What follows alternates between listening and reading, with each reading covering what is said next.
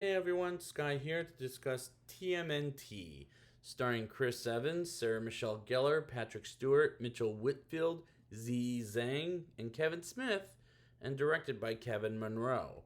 Now, before I get into this movie, I have seen this before, and I remember it being pretty funny, but will it be the change today? I don't know. Let's figure this out.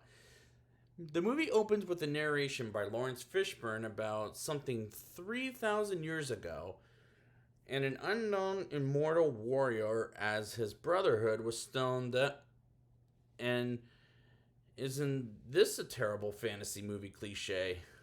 Because honestly, it feels it. Meanwhile, a village, is robbed by some robbers in Central America, and Leonardo returns the villagers' property. And then we move on to April O'Neil, voiced by Sarah Michelle Gellar, finding Leonardo, who's been missing for years.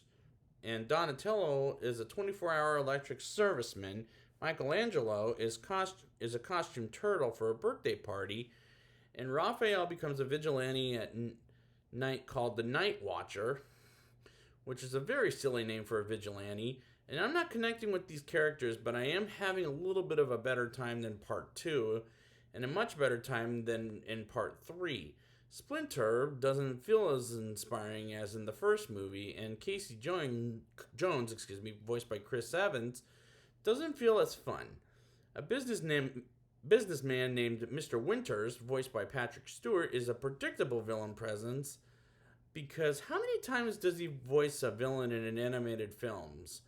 April wants to settle down with Casey while Raphael is being kind of a jerkish character, and I'm beginning to really hate the guy.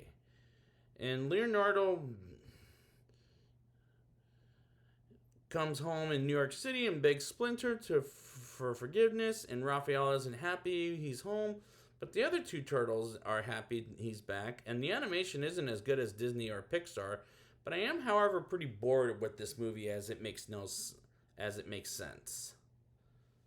Or no sense, I'll say. The Foot Clan, under Winter's orders, captures monsters, and Raphael and Casey are attacked by some monsters, and Raphael gets shot by a knockout medicine, and now, in my opinion, this movie's getting lower and lower, and I'm having a headache at this point.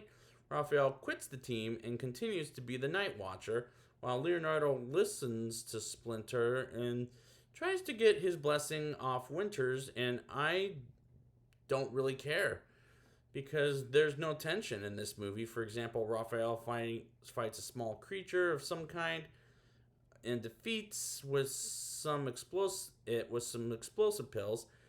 And Leonardo fights Raphael and some harsh words were said to each other as Leonardo gets captured by the Foot Clan. And I'm starting to check out of this movie at this point, and I have 30 more minutes to go.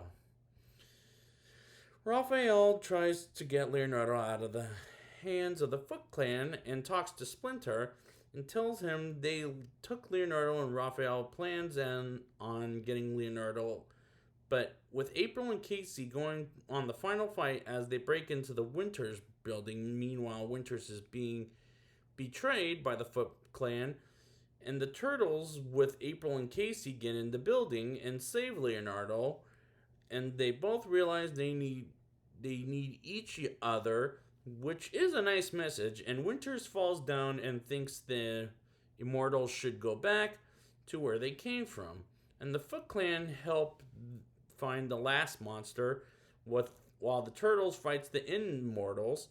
And I was having the biggest headache in movie history. And finally, the immortals are back to ancient history to save the world like brothers. And as a climax, it was a giant headache. Now it's time for the rating. I'll give this movie a 1.4 out of 10. The animation is not good for as the Disney or Pixar films, and this is a very weak story with action that is the biggest headache in just movie history, and it is probably the worst in the series. We'll have to see by the next couple of weeks. So I'd like to thank you guys for joining me, and next week I will be back with the 2014 Teenage Mutant Ninja Turtles. And until next time, Go Ninja, go Ninja, go Ninja, go!